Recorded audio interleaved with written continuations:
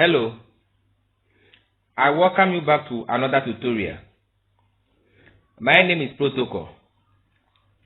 In this tutorial, we shall be looking at finding the rule for exponential mapping and then exponential reciprocal mapping. So what is an exponential mapping?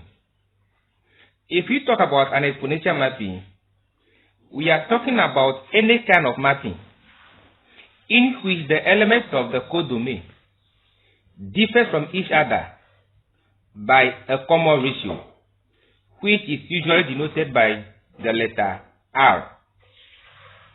Now, if the elements of the codomain are fractions with a constant numerator, while the denominators differ by a common ratio, then the mapping is said to be an exponential reciprocal mapping.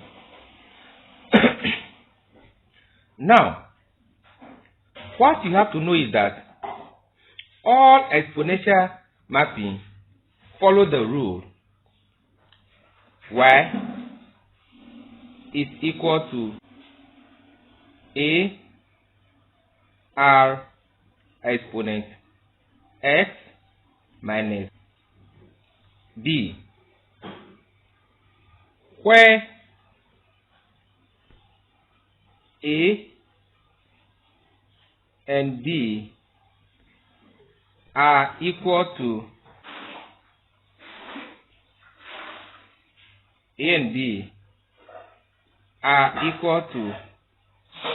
y1 and s1 respectively, which means that a is equal to y1 and b is equal to s1, and r is the common ratio in the codomain. Let me use this example to explain what an exponential mapping is. So looking at this example, x map to y, and the domain, that is the x values, start from 0, 1, 2, 3, and 4. So 0 map to 1, 1 map to 5, 2,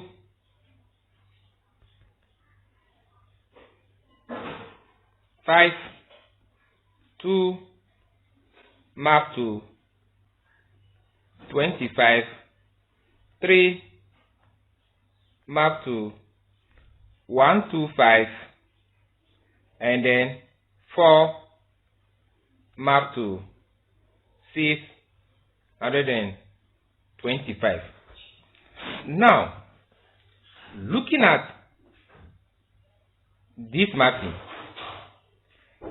if you want to know if the mapping is an exponential mapping, then it means that the codomain should have a common ratio, which is normally represented with the letter R.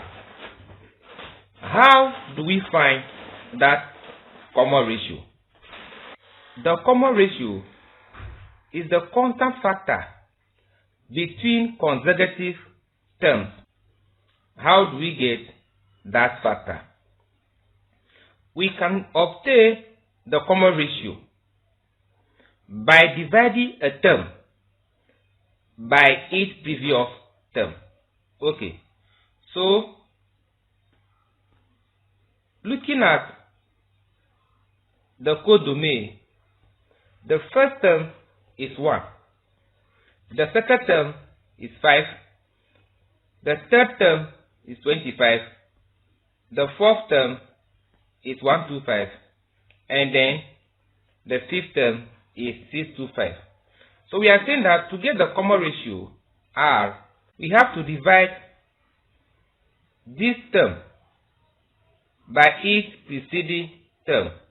That is the fifth term divided by the fourth term, and also the fourth term divided by the third term, and then the third term divided by the second term, and lastly the second term divided by the first term.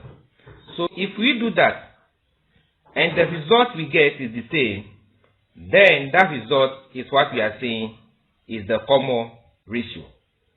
So let's check it and see the result we are going to get. Now, 625 divided by 125. What is the answer? Clearly, we are going to get 5. Also, 125 divided by 25. What is the result? The result is also 5. Now, 25 divided by 5. What do we get? We shall surely get 5. And 5 divided by 1 is also 5. Therefore, this 5 is what we are calling as the common ratio. Or, the common ratio is a fixed number that is used to multiply the previous term to get the next term. So, here, this is the first term. So, to get the next term, we have to multiply the first term with a number to get what? 5. We use the same number to multiply 5 to get the next term, which is what? 25. And also, to get the next term, we have to multiply this number with that same number to get what? 125. And lastly, we use the same number to multiply 125 to get this number. So, that number is always fixed. And if you're able to get a number like that, then that number is what we are saying is the common ratio. Now, from here, which number do we use to multiply 1 to get 5? Clearly, the answer is what? 5. So, 5 multiply 1. The result is what? 5. So we are here. To get the next term, we have to use that same 5 to multiply this term. So we have this 5 multiplying the second term, which is 5. And when you do that, we shall get what? 25.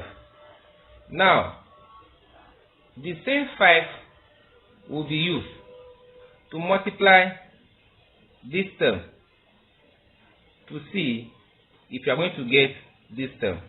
And when you do that, we'll be having 5 times what? 25. And this will surely give us 125. And lastly, that same number will be used to multiply this term to see if we get this term. So, 5 times 125, obviously, we shall get 625. So if you look at it carefully, you realize that the 5 here is constant. Therefore, this is the common ratio. So you can do that also to get the common ratio. Now, we are able to establish that the mapping is an exponential mapping because the codomain is having a common ratio. So as soon as we have established that the mapping is an exponential mapping, then we know that all exponential mapping follow this rule.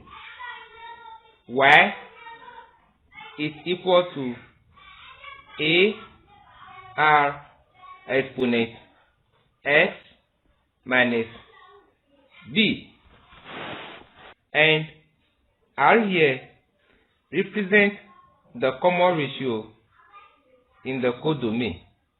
And when you calculated, our common ratio is equal to 5. Now, A is y1. That is the first element in the codomain.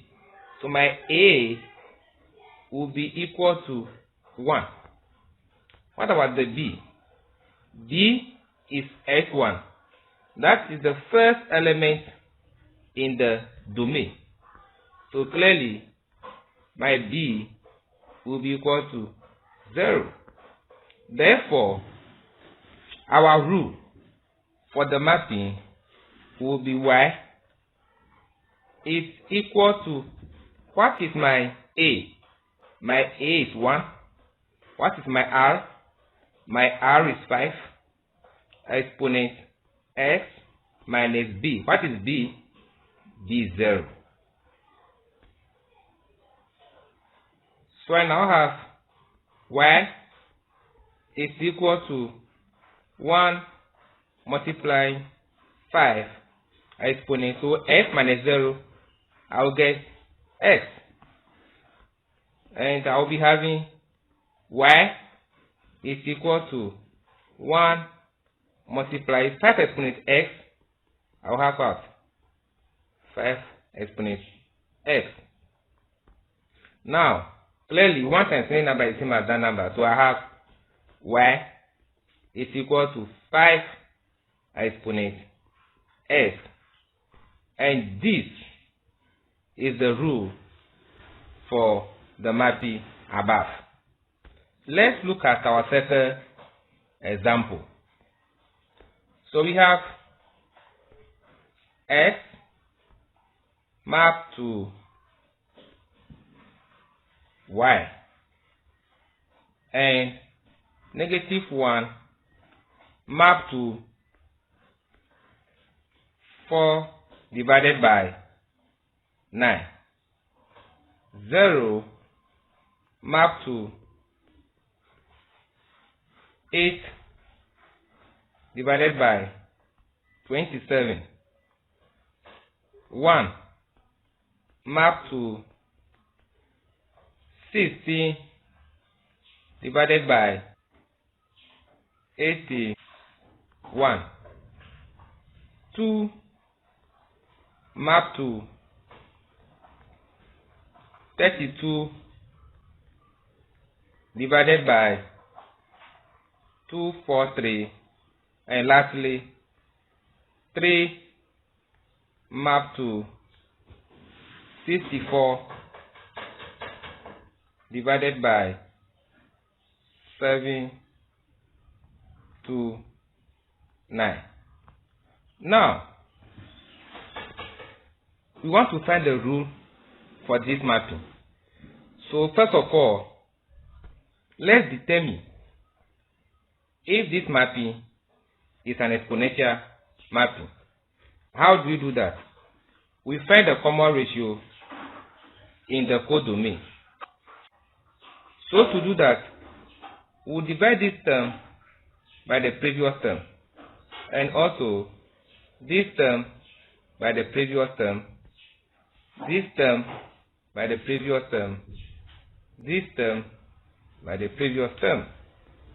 Now, if you do that, you are going to have 64 divided by 729 all over 32 divided by what? 243. So we have 64 divided by 729 and all divided by 32 divided by 243. This is equal to 64 divided by 729 divided by 32 divided by what? 243. And when you do that, you are going to get 2/3. Okay. Let's do the next one to see if you are going to get 2/3. So we have 32 divided by 243, and that is also dividing 16 over what? 81. So I have 32 divided by 243 divided by 16 over 81. And when I do that, I will surely get 2/3. Okay. Let's go to the next one. That will be this number divided by this number. So you have 16 divided by 81, and this is divided by 8 over 27. And when I do that, I will have 2/3 as the answer. Let's go to the next one. That will be 8 divided by 27, and that will be dividing 4 by what? 9. So now I have 8 divided by 27 divided by 4 over 9. And clearly, I will have 2/3. So as you can see, we have a common ratio of 2/3. Now, let's proceed with the work. So my R is equal to 2/3. So once we are able to get the common ratio in the codomain, then it means that the mapping is an exponential mapping, which follows the rule y is equal to a r exponent x minus what? b. And we have already calculated for r.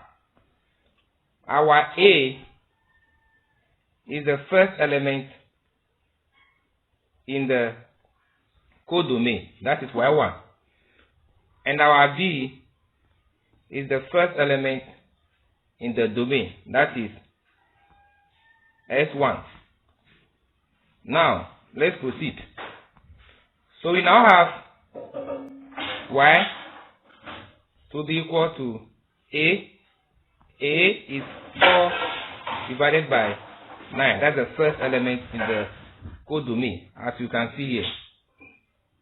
Multiplying r. What's my r? My r is what? 2/3. Exponent x minus b. B is the first element in the domain. In this case, it's -1. So, x minus -1. That's very good. Let's go ahead and simplify. So I now have y is equal to 4 divided by 9, and this multiplying to 3rd exponent x minus -1. I will have x plus 1. That's good. Now, let's simplify to have y is equal to 4 divided by 9, and this is multiplying to 3rd exponent x times to 3rd exponent 1. So I'm using some lots of indices here. Okay, let's proceed. This can also be written as y is equal to 4 divided by 9, and this will multiply 2 divided by 3 exponent 1 times 2 divided by 3 exponent x. You know, multiplication is commutative, so the position of the numbers does not have any effect on the answer. So as you can see, this one is multiplying this. So if I change position of them, the answer will still be the same because they are multiplying, and multiplication is commutative. So we now have y to be equal to, now 4 divided by 9 can be written as 2 square divided by 3 square, and then this will multiply to third exponent 1 times to third exponent x. So we now have y to be equal to, this can also be written as 2 divided by 3 all square times 2 divided by 3 exponent 1 times 2 divided by 3 exponent x. Let's proceed. Now, we have a law in indices that says that if you have a base, let's say a exponent m times the same base exponent another number, let's say n, then once the base are the same, then write the base and then add the exponent. So we now have a exponent n plus n. We are going to apply that law here. So let's go ahead and do that. So as you can see, the base are the same, that is 2/3. Therefore, we shall add the exponent.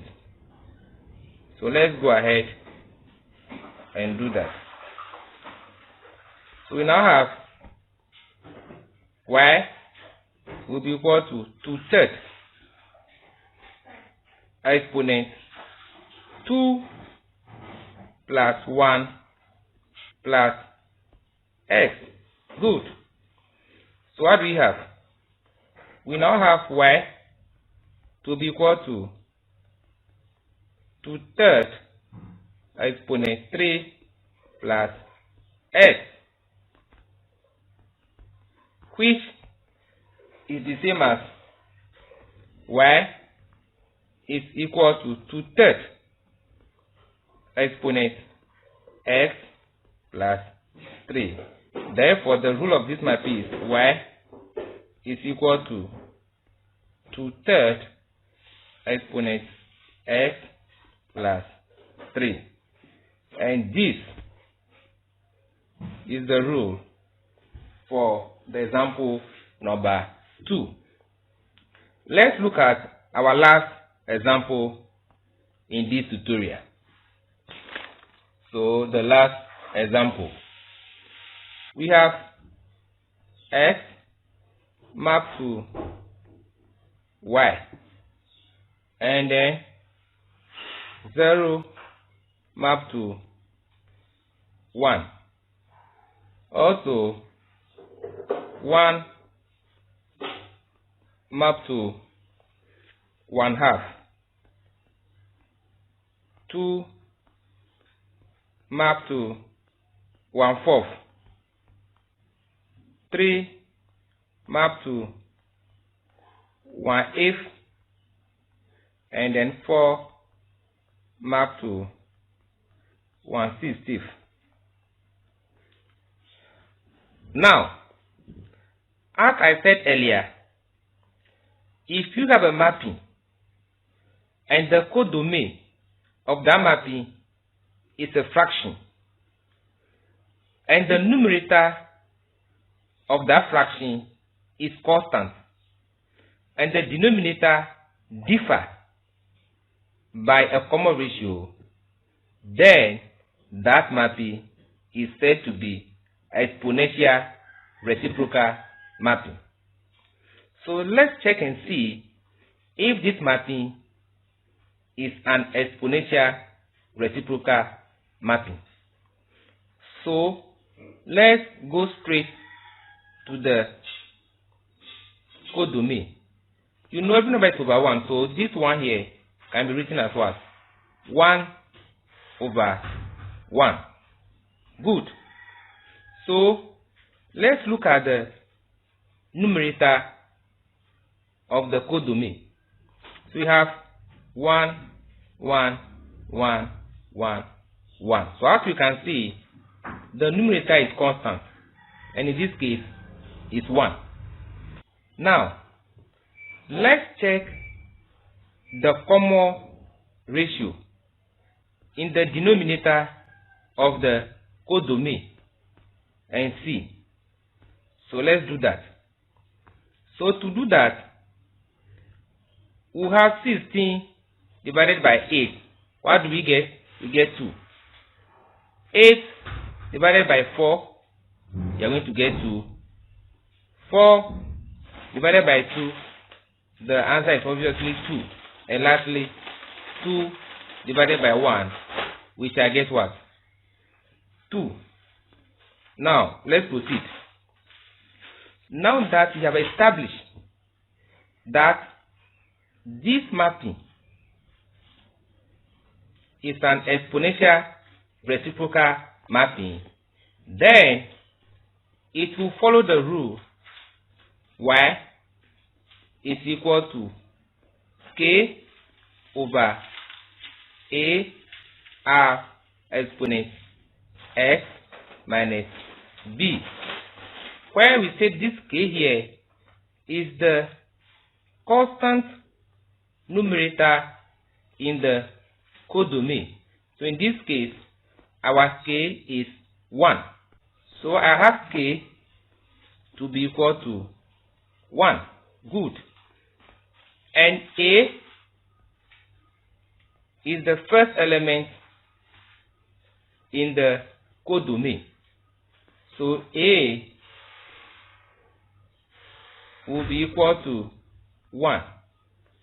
B is the first element in the domain. So our b will be equal to 0. And r is the common ratio in the denominator of the codomain, this over 1. And when we calculated that, we got r to be equal to 2. So our r is equal to what? 2. So let's go ahead and substitute these values into this equation to get the rule for the mapping. So y will be equal to k. What is k? K is 1. So we have k, which is 1, over a. What is a? A is also 1. So I have 1 multiplying r, and my r is what? 2. So I now have 2 exponent x minus b. And what is my b? My b is 0, as you can see. So minus 0. So y will now be equal to 1 divided by 1 multiply what? 2. So x minus 0, I will surely get x. My y will now be equal to 1 divided by, so we have 1 multiply 2 exponent x. So I have 2 exponent x. and 1 times any number, you get that same number. So now I have y to be equal to 1 over 2 exponent x. Hence, the rule for this mapping is y is equal to 1 over 2 exponent x. Before we end this tutorial, I will give you some 2 questions to try on your own. Question number 1. We have x mapped to y, and we have 1 mapped to 2.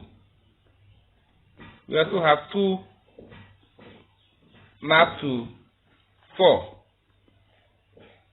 3 mapped to 8, and then 4 mapped to 16. Let's take the second question. So number 2.